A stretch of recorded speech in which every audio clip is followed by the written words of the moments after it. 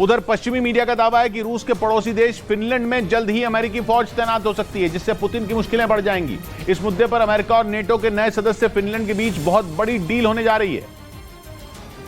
और अगर ये डील फाइनल हो गई तो बाइडेन की सेना रूस के पड़ोसी देश फिनलैंड में मोर्चा संभाल लेगी, जिसका सीधा मतलब होगा कि अमेरिका और रूस की सेनाएं बिल्कुल आमने सामने आ जाएंगी। हालांकि यूक्रेन में जेलेंस्की की सबसे ज्यादा मदद कर अमेरिका एक तरह से रूस के खिलाफ ही युद्ध लड़ रहा है, लेकिन वहां ये जंग अमेरिकी हथियारों और रूसी सेना के बीच हो रही है। वहीं अगर फिनलैंड से अमेरिका की बात बन गई तो अमेरिकी सेना और पुतिन के सैनिक फिनलैंड की सीमा पर भिड़ने के लिए तैयार हो जाएंगे, यानी दुनिया की दो महाशक्तियों के बीच जंग की आशंका और बढ़ जाएगी। क्योंकि यूक्रेन की मदद करने पर पुतिन कई बार फिनलैंड को अंजाम भुगतने की चेतावनी दे चुके हैं। इसी वजह से फिनलैंड को यह डर सता रहा है कि पुतिन आज नहीं तो कल उस पर भी हमला कर सकते हैं।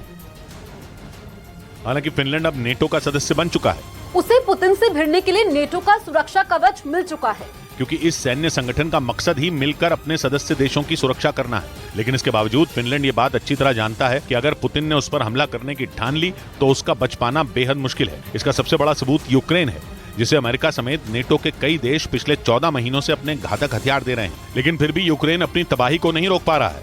यही वजह है कि फिनलैंड काफी डरा हुआ है, क्योंकि हाल ही में बाल्टिक सागर में रूस के संदिग्ध जहाज देखे गए थे जो नेटो में शामिल देशों के इर्द गिर्द चक्कर लगा रहे थे। और फिनलैंड भी उसी इलाके में बसा हुआ है, इसलिए उसकी भी धड़कनें बढ़ी हुई हैं। इसी वजह से फिनलैंड अमेरिका के साथ बड़ी डील कर रहा है ताकि वो अपनी सुरक्षा मजबूत कर सके, क्योंकि इस डील के मुताबिक अमेरिकी सेना को फिनलैंड की जमीन पर मिलिट्री बेस बनाने और वहां युद्ध का अभ्यास करने की इजाजत मिल जाएगी। फिर तो अमेरिका वहां अपने एक से बढ़कर एक खतरनाक हथियार तैनात कर देगा। पश्चिमी मीडिया के मुताबिक अमेरिका फिनलैंड में अपने घातक हथियारों का बहुत बड़ा गोदाम बनाने की तैयारी में है, ताकि जरूरत पड़ने पर वो पुतिन के किसी भी हमले का जवाब दे सके। वहीं फिनलैंड को भी उम्मीद है कि अमेरिकी सैनिकों के उसके यहाँ पहुंचने से पुतिन उस पर हमला नहीं करेंगे, और अगर उन्होंने ऐसा किया भी तो यूक्रेन की ही तरह उन्हें वहां तगड़ा जवाब मिलेगा। इस बीच पश्चिमी मीडिया का दावा है कि ब्रिटेन की हवाई सीमा के नजदीक पुतिन के कुछ लड़ाकू विमान दिखाई दिए, जिसके बाद ब्रिटेन ने उन्हें खदेड़ दिया।